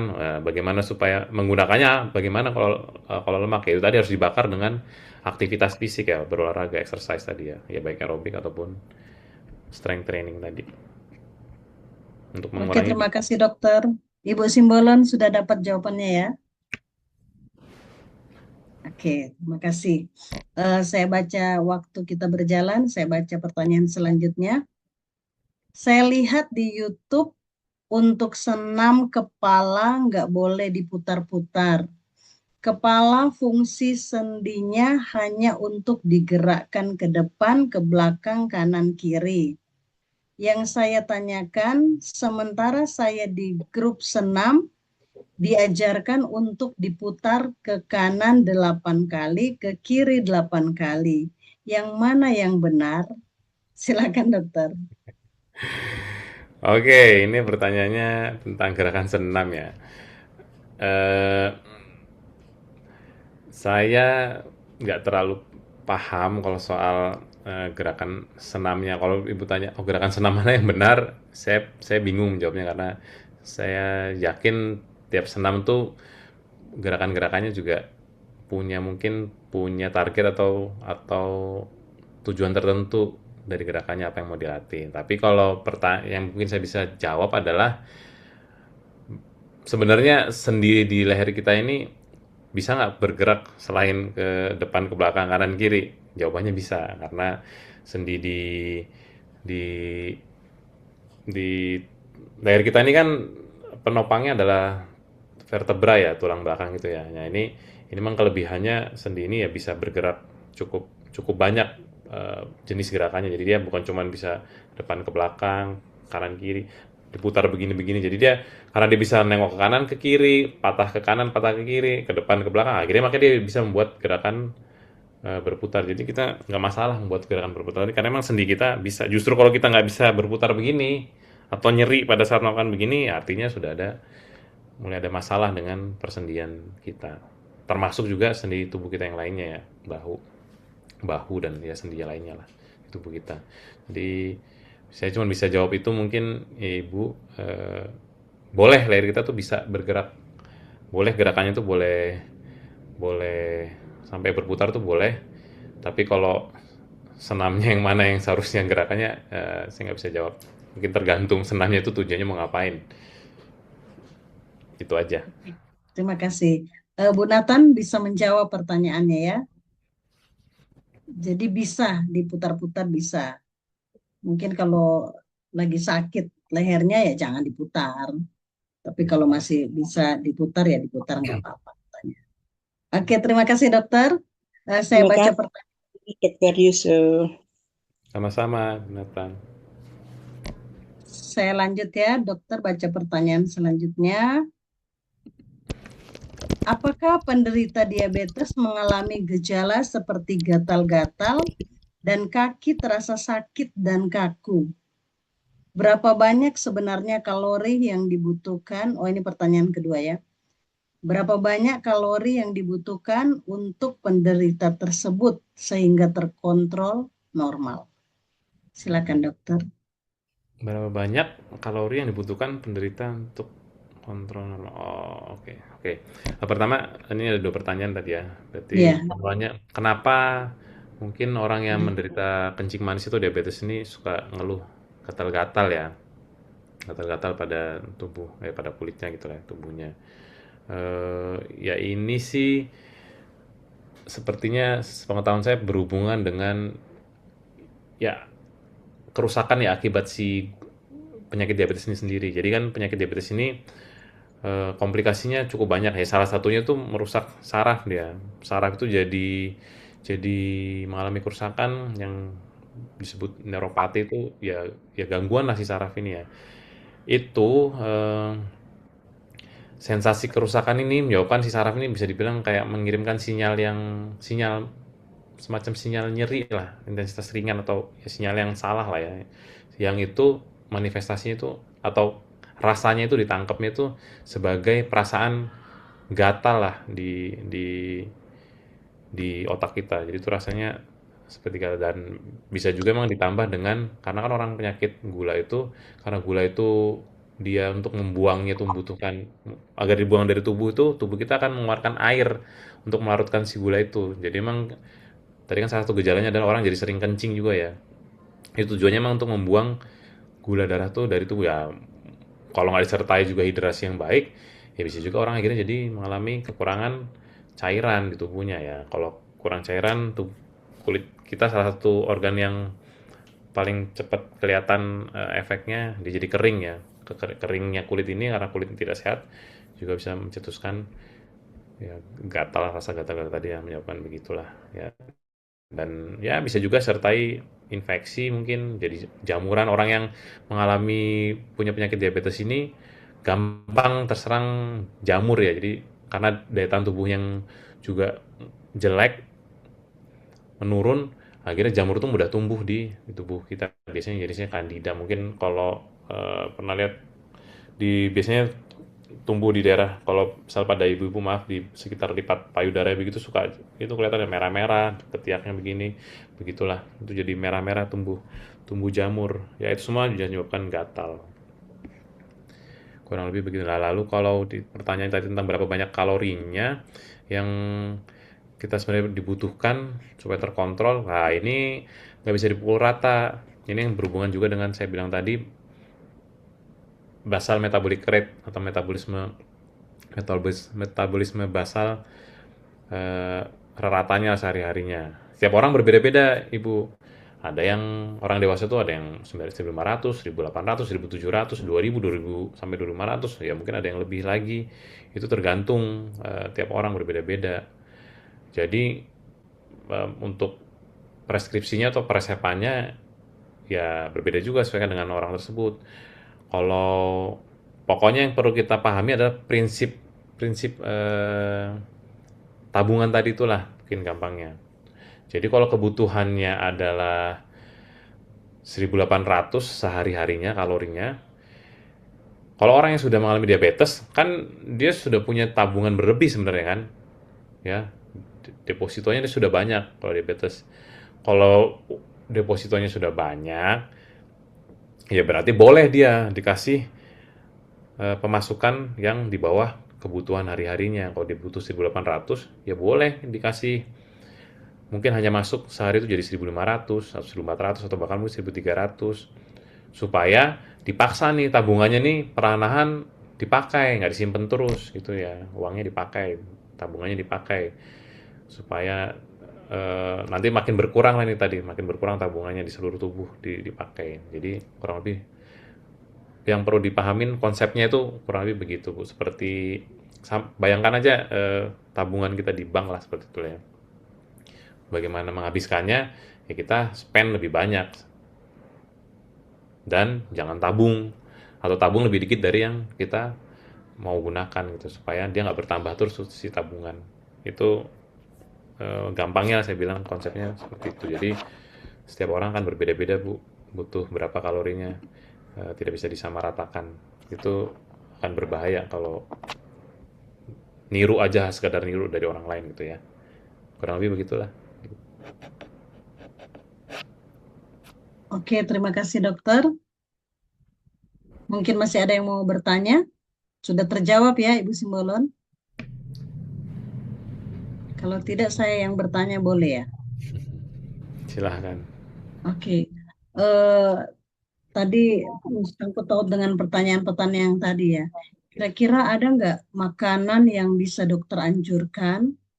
Entah itu dari buah-buah atau sayur-sayur yang kita bisa konsumsi untuk penyakit diabetes. Terima kasih. Oke, baik. Terima kasih ya. Ini menarik sekali ya. Tadi kalau kita masih ingat di awal, salah satu gaya hidup yang buat orang sakit diabetes adalah penjawabnya apa tadi? Karena gaya hidup yang ya pola hidup yang salah yang bagian apa? Tadi kan ada sedenter tuh berhubungan dengan gerak ya. Terus apa lagi tadi? Terutama yang kita masuk ke dalam tubuh ya. Artinya makanan dan minuman kan ya. Makanan minuman yang beredar di industri makanan sekarang ini ya itulah ya, mau dibilang jahat ya sebenarnya jahat, tapi kalau ngomong secara fungsi ekonominya ya memberikan lapangan pekerjaan juga ya. Pabrik-pabrik makanan ini memberikan lapangan pekerjaan, pabrik minuman ini memberikan pekerjaan bagi orang lain. Nah, tapi buat kita melihat sebagai dalam sisi dari sudut pandang kesehatan, makanan minuman yang sekarang beredar itu seringkali kebanyakan mengandung kalori atau ya kalori yang tinggi ya, kadar gula yang tinggi berupa total kalori lah ya, kalori saya bilang kalori yang tinggi, karena kalori itu bukan cuma dari gula sebenarnya, memang dari gula, protein, lemak, karbohidrat itu semuanya bisa menghasilkan kalori ya, tapi yang paling tinggi biasanya ya berupa dari gula langsung ya, seperti itu. Jadi total kalori yang kita dapatkan dari makanan dan minuman terutama instan sekarang ini itu kandungannya tinggi sekali. Mungkin kalau saya nggak lagi ada pegang contoh produk apa gitu yang bisa kita baca. Kalau Bapak Ibu mungkin sekarang kalau mau coba mulai perhatikan, selalu baca kemasan makanan minuman itu, coba lihat berapa dia bilang total kalori per sajian gitu ya. Dengan begitu aja mungkin kita bisa bayangkan, oh bayangin misalnya kita makan suatu makanan atau minuman manis gitu. Minuman manis kita lihat misalnya dia mungkin bisa aja udah menghasilkan satu sajian, misalnya satu botol ini akan memberikan 500 kalori ke tubuh kita. Bapak Ibu bisa bayangkan nggak 500 kalori kalau kebutuhan kita itu hanya 1.500 dalam satu hari, kita minum satu kotak minuman itu aja sudah mencukupi sepertiga kebutuhan kita. Tapi coba saya tanya, apa iya Bapak Ibu dalam sehari hanya minum aja? Kan ada makannya tuh biasanya kan, tetap akan ada makan. Terlepas makanannya apalah ya. Tapi itu tadi menyebabkan meningkat nih. Nah, itulah yang berbahaya dari makanan-makanan, produk-produk yang instan-instan yang banyak diproduksi pabrik. Termasuk ya makanan-makanan fast food itu ya, karena kelemahannya adalah itu rendah nutrisi, tapi kalorinya sangat tinggi. Nutrisi-nutrisi yang penting yang dibutuhkan tubuh di situ malah rendah sekali kadarnya. Tapi kalorinya, energinya berlebihan sekali diberikan. Nah, kalau ditanyakan rekomendasi makanannya apa, ya sangat gampang sih jawabannya adalah kembali ke yang alami ya. Kalau boleh saya mungkin kutip, mohon maaf bila Bapak Ibu ada yang beragama selain Kristen ya, tapi Tuhan di Alkitab tuh menuliskan bahwa manusia itu pada awal mulanya itu disediakan makanan itu di Taman Eden adalah berupa ya biji-bijian, ya semacam buah-buahan seperti itu, tumbuhan-tumbuhan yang hijau seperti itu untuk menjadi makanan manusia. Artinya ya biarpun diciptakan juga binatang, dulu itu yang di awal Taman Eden si Adam dan Hawa diciptakan itu bukan binatang yang disuruh dijadikan makanan utama mereka. Yang disarankan adalah benar-benar dari tumbuh-tumbuhan itu, hijau-hijau dan biji-bijian dan lain sebagainya. Jadi kalau ditanya makanan apa yang baik, ya makanan-makanan yang alami ini tadi, yang sumbernya lebih daripada ke nabati ya, yang berasal dari tumbuh-tumbuhan, itu jauh lebih baik untuk tubuh kita. Karena apa? Bukan gak ada alasannya. Mereka ini semua, makanan ini tetap mengandung kalori. Perbedaannya adalah mereka selain punya membutuhkan proses yang lebih lama untuk dipecah menjadi gula dalam tubuh, karena kita akan makan dulu, kemudian karena kalau bentuk karbohidratnya dia lebih kompleks, dia akan butuh proses lebih lama tuh, dipecah lagi dulu menjadi kemudian untuk sampai dia karbohidrat yang siap diserap, gula yang siap diserap, baru dia akan digunakan oleh tubuh, sehingga prosesnya lama, nggak menyebabkan gula darah tuh tiba-tiba langsung spike meningkat gitu. Plus lagi kelebihannya biasanya karena dia mengandung serat banyak, orang bertahan lebih lama rasa kenyangnya. Jadi nggak sebentar-sebentar jadi pengen makan lagi. Kalaupun misalnya orangnya sampai juga makannya berlebihan, tapi kalau yang dimakan semuanya sumber energinya dari nabati, akan jauh lebih susah untuk dia meningkatkan gula darah tuh sangat berlebihan. Kalau bisa orang sampai diabetes dengan diet dari makanan dari nabati aja tuh saya rasa mungkin konsumsinya udah gila-gilaan banget sih, dan saya rasa nggak sanggup juga karena rasanya akan sangat kenyang sekali. Biasanya orang kan berhenti karena kenyang kan. Jadi ya sangat saya disarankan makanlah makanan-makanan yang kandungan nutrisinya itu lengkap, banyak, penuh, tapi kandungan kalorinya enggak berlebihan, yaitu yang paling tepat contohnya ya memang harus dari makanan-makanan yang sumbernya adalah nabati, mau biji-bijian, kacang-kacangan, dari ini buah-buahan, ya sayur-sayuran, berbagai macam warna itu semuanya memiliki kandungan nutrisi yang berbeda-beda dan semuanya dibutuhkan oleh tubuh, dan kalorinya itu enggak berlebihan. Jadi sebanyak-banyaknya orang makan pun pasti dia akan ngerasa kenyang duluan dibandingkan kelebihan kalorinya. Kemungkinan kurang lebih begitulah, Kristi. Jadi itulah rekomendasinya kalau saya bisa bilang. Saran harus benar-benar menghindari, sebaiknya benar-benar menghindari makanan-makanan yang cepat saji dan makanan-makanan kemasan, minuman kemasan begitu ya. Mohon maaf ya bila ada yang bergerak di bidang industri makanan atau minuman ini tanpa maksud ini kan, tapi kita perlu sadar bahwa itulah resiko atau efek samping dari industri pangan dan minuman yang meningkat pesat di era industri yang kita hadapi ini. Efek sampingnya, korbannya siapa ya? Memang konsumennya ya, masyarakat ya. Karena itu memang enak di lidah dan lain sebagainya, dan gampang didapat dan lain sebagainya lah. Tapi kembali, makanan kita sebenarnya untuk tubuh yang jauh lebih baik adalah yang sumbernya dari nabati. Itu mungkin kira-kira, Kristi. Oke, terima kasih dokter, luar biasa jawabannya. Jadi jelas ya, tadi dokter sudah menyampaikan tentang makanan yang rendah kalori, bahkan yang sangat sedikit. Tadi dokter juga sudah singgung pertama, memang makanan yang diciptakan oleh Tuhan, seperti itu ya. Jadi biji-bijian, tumbuh-tumbuhan, itulah yang akan menjadi makanan kita. Terima kasih dokter. Masih ada lagi yang mau bertanya?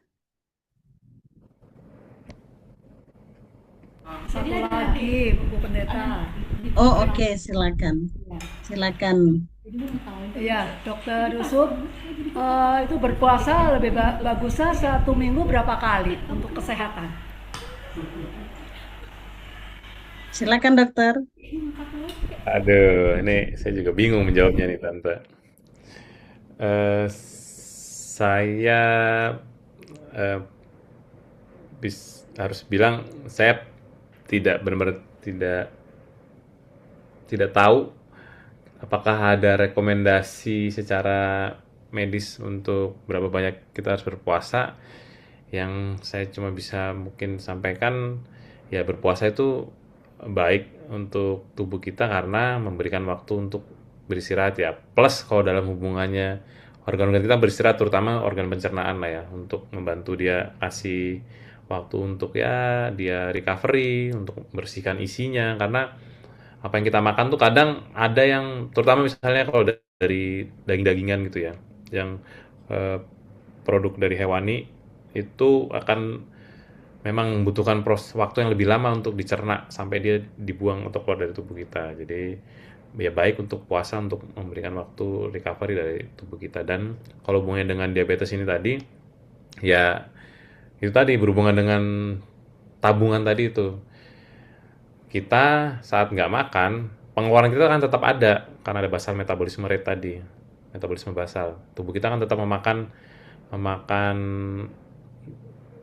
kalori ya, membutuhkan kalori. Nah, kalau kebetulan lagi nggak ada yang kita makan, nggak ada yang masuk melalui mulut kita, lah yang akan dijadikan energi adalah tabungan tadi, deposit tadi, mau nggak mau dipecah sama dia. Dipecah supaya bisa diambil dari ATM, biar bisa dipakai. Begitu. Nah, tapi kalau berapa kali 1 minggunya ya saya nggak bisa bilang. Tapi kalaupun misalnya mau puasa 2 kali pun seminggu, saya rasa tidak ada masalah. Tapi itu tadi tetap sesuaikan dengan kondisi tubuhnya. Kalau misalnya memang sudah mengalami obesitas, saya rasa baik ya untuk berpuasa, plus ditambah juga mengurangi porsi makanan dalam sehari. Misalnya jadi makan cuma 2 kali sehari, kurang lebih begitu ya. Tapi untuk bagaimana detailnya, saya mungkin lebih aman untuk bilang ya baiknya konsultasi aja, konsultasi mungkin dengan ahli gizi, dokter gizi gitu, atau ahli gizi untuk menghitung kebutuhan kalori ini tadi. Karena jangan sampai juga apalagi kalau misalnya yang sudah menggunakan obat meminum obat diabetes atau pakai insulin tadi kan ada bahaya kalau nggak diukur atau nggak di plan, nggak direncanakan, ada bahaya dari gula darah yang tadi akhirnya jadi turun. Gula darah turun itu akibat bisa saya bisa bilang, kalau mau saya bandingkan sebenarnya menurut saya lebih mending gula darah yang tinggi tinggi banget dibandingkan yang drop sekali dalam jangka waktu lama, karena itu akibatnya lebih instan. Kalau gula darah itu drop sekali dan tidak ditangani, tidak ditolong, itu efek fatalnya tuh instan. Kerusakan ke otak, ke jantung tuh orang bisa langsung, bahkan sampai langsung bisa meninggal gitu ya. Kalau gula darah tinggi itu memang bukannya nggak bahaya, tapi ya itu dia biasanya prosesnya kerusakannya lebih pelan-pelan. Jadi ya harus harus disesuaikan dengan kondisi masing-masing ya Tante ya. Jadi ya puasa boleh, tapi kalau memang ada konsumsi obat diabetes ya juga harus tahu, berarti ini apakah saya baiknya stop dulu minum obat saat puasa. Yes. Ya kurang lebih begitu yang perlu dikonsultasikan, disesuaikan.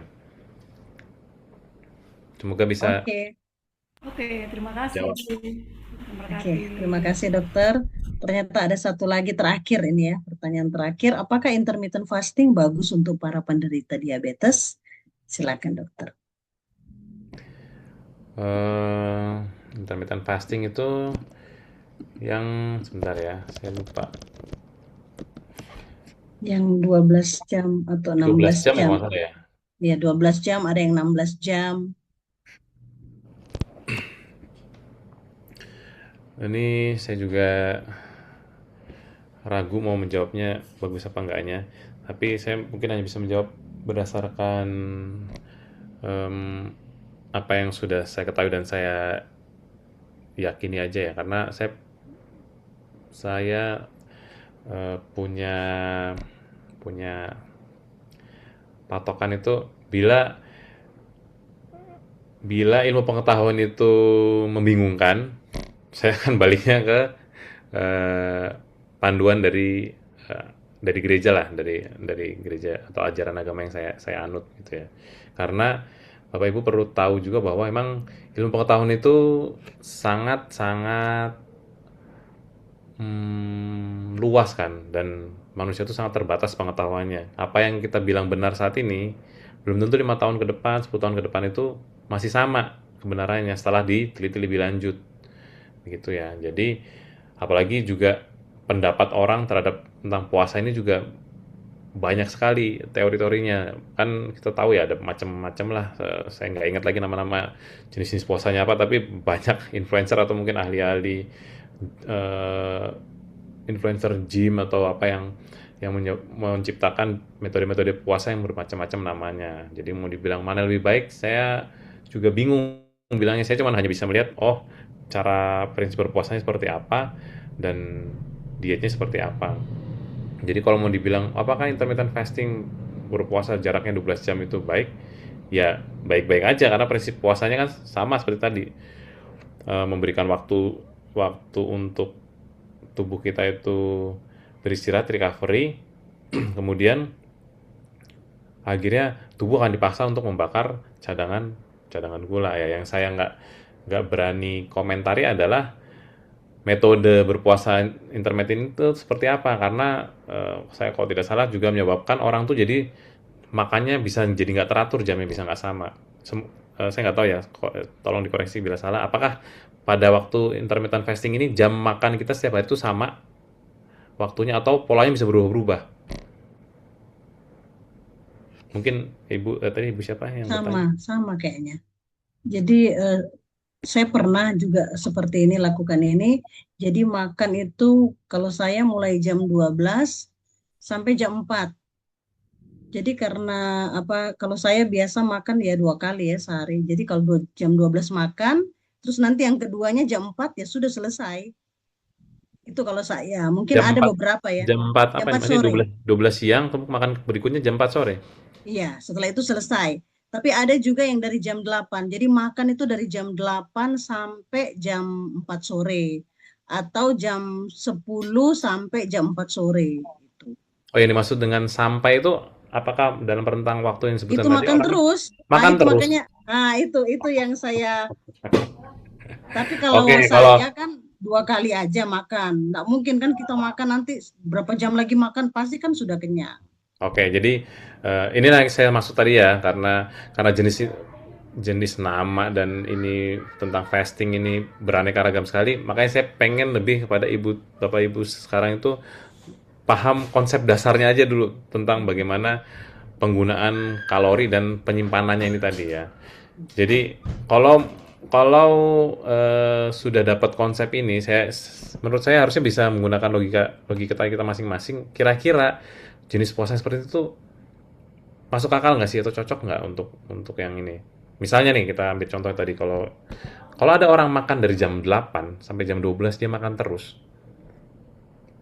Kira-kira kalau kebutuhan kalorinya 1.500, emang kita bisa ya let's say mungkin dia disertai dengan inian medis yang bagus ya.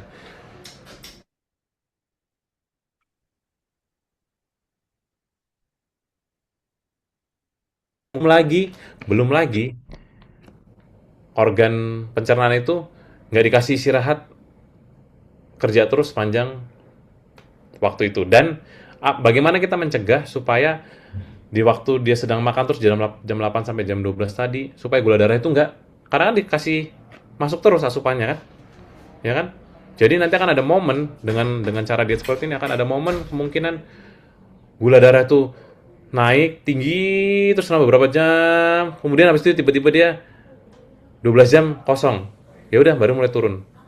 Turun, turun drastis begitu. Bisa begitu ya. Dan tubuh kita ini jauh lebih bagus kalau semuanya itu bergerak di range yang stabil lah grafiknya, normal-normal aja. Jadi bergeraknya itu nggak ekstrim naik banget, turun banget nggak begitu. Jadi sebaiknya terjaga seperti gula darah tuh ya harusnya terjaga makanya ada dalam pemeriksaan laboratorium itu kan kalau Bapak Ibu mungkin pernah periksa ada tuh kan dikasih nilai normal, rentang nilai normal antara 80 sampai 100 mg per desiliter.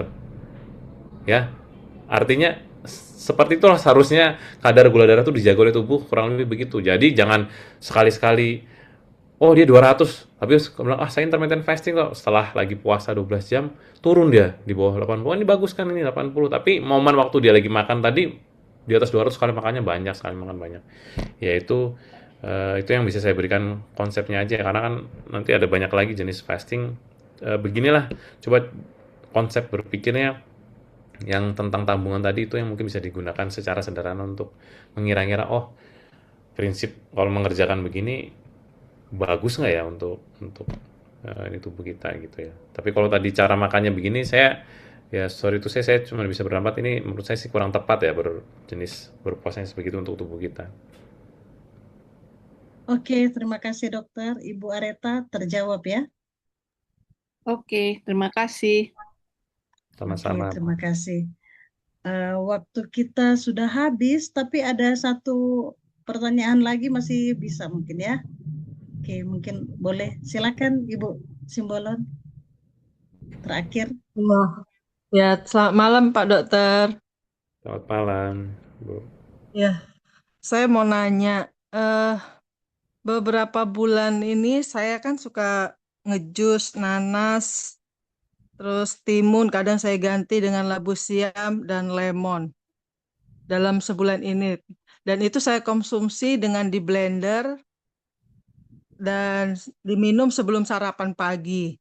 Nah, kemarin saya coba kontrol, ikut lab, gula darah saya tiba-tiba langsung di 170. Tapi 2 bulan sebelumnya waktu saya tidak mengkonsumsi jus-jus seperti itu, kolesterol saya tinggi tapi gula darah saya dan asam urat saya normal.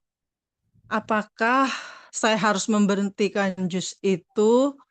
Tapi asam urat saya dan kolesterol saya sebulan ini sudah di batas normal. Justru gula darah saya yang jadi tinggi di 170. Dan saya mengalami gejala kayak dalam sebulan ini pinggang saya kok rasa seperti sakit, apa saya pikir ini kecepit atau apa, cuma ngalaminya seperti itu. Nah, yang mau saya tanyakan, apakah saya harus memberhentikan minum jus seperti itu Terus gantinya apa yang bisa untuk mengontrol hal-hal tersebut? Gitu. Terima kasih, Dok. Baik, Silakan, Dokter. ini saya mungkin saya hanya bisa memberikan jawaban lebih ke gambaran umum lah ya. Karena saya memang terbatas juga pengetahuan saya tentang kandungan gizi dari tiap, ya terutama tadi bahan-bahan yang disebutkan tuh kandungannya saya nggak tahu, nggak hafal juga, dan nggak hafal. Misalnya kayak labu tuh kandungan ininya berapa, menghasilkan berapa kalori per berapa gram gitu, saya nggak tahu. Jadi prinsipnya adalah begini, Ibu. Saya tadi bilang bahwa makanan yang baik itu untuk tubuh ya memang sumbernya nabati. Tapi tetap kita harus bijaksana. Nggak berarti yang baik itu kalau masuknya banyak juga. Karena saya bilang tadi ya meskipun banyak aja, ini masih lebih mending dibandingin makanan yang industri junk food tadi ya. Dan sebanyak-banyaknya ya bukan, tapi artinya bukan berarti nggak bisa menghasilkan efek samping atau menyebabkan gangguan atau penyakit gitu ya. Jadi tetap aja kalau kita konsumsinya berlebihan, orang makan vitamin berlebihan itu juga bisa mengalami hipervitaminosis yang menyebabkan juga gangguan dari tubuh. Jadi mungkin kalau menelaah dari tadi contoh atau kebiasaan yang Bu Simbolon lakukan, dugaan saya sih kemungkinan bisa naik gula darahnya itu karena tadi kan Ibu bilang habis minum jus-jusan itu tetap makan seperti biasa kan ya, porsi biasa. Nah, sedangkan apa yang Ibu jus ini seperti saya bilang tadi kembali, saya tidak tahu sebenarnya campurannya berapa gram dan itu menghasilkan berapa. Saya makannya baru siang, Dok. Baru makan jam 12 siang. Oke, Ojo bukan makan pagi ya. Oh, ya, bisa saja campuran bahan atau menu yang Ibu buat untuk jus ini ternyata mungkin kandungan kalorinya bisa saja sudah menghasilkan cukup tinggi karena nabati itu tetap ada juga yang buah atau bahan-bahan yang memang memiliki kandungan gula lebih tinggi daripada yang lainnya. Ada begitu juga tetap ya Bu. Jadi memang kita perlu tahu juga, perlu pelajari juga apa yang kita masukkan. Meskipun dia nabati relatif lebih aman ya sebenarnya.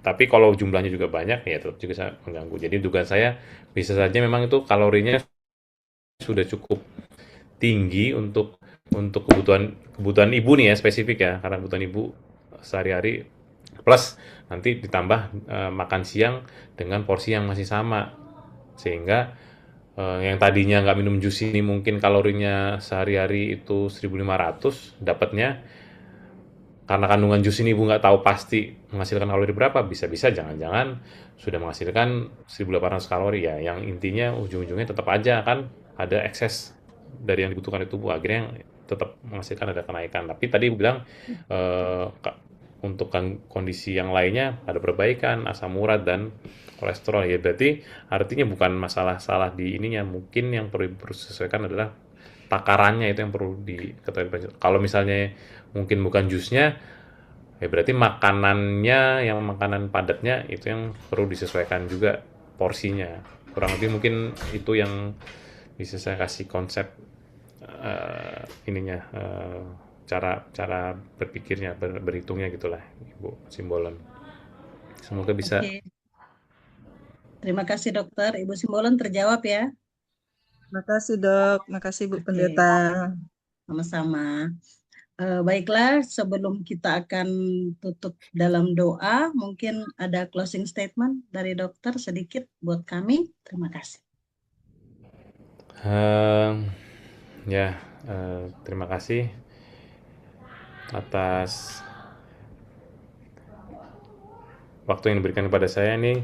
Malam ini kita sudah belajar tentang khususnya penyakit yang secara khusus tentang kencing manis ya, dan kita juga sudah belajar bagaimana peran dari gerak tubuh, exercise terutama yang aerobik dan melatih kekuatan otot itu sangat berpengaruh terhadap gula darah tubuh kita ya. Jadi saya berharap ini bisa menjadi bekal lah untuk kita dan juga mungkin untuk orang-orang sekitar kita bahwa ada harapan buat kita yang mengalami gangguan gula darah, ya.